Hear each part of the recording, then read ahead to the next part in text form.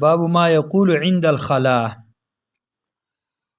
بخاری رحم الله بابی خیره په بیان د دې کې چې بیت الخلا ته د نوتلو په وخت کې باید څه وي.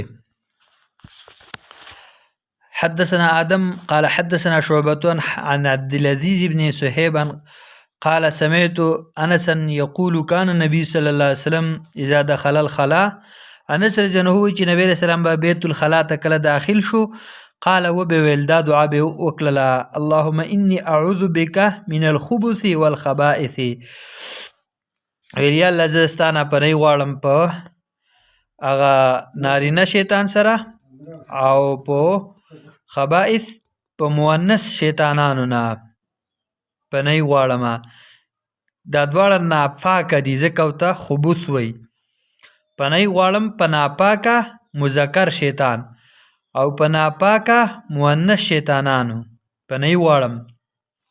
نو نبی صلی الله علیه وسلم به بیت الخلا ته د نوتلو په وخت کې دا دعا ویله. نو په دې کې د پیغمبر طریقه ذکر شوله چې دا دعا ویل پکار دي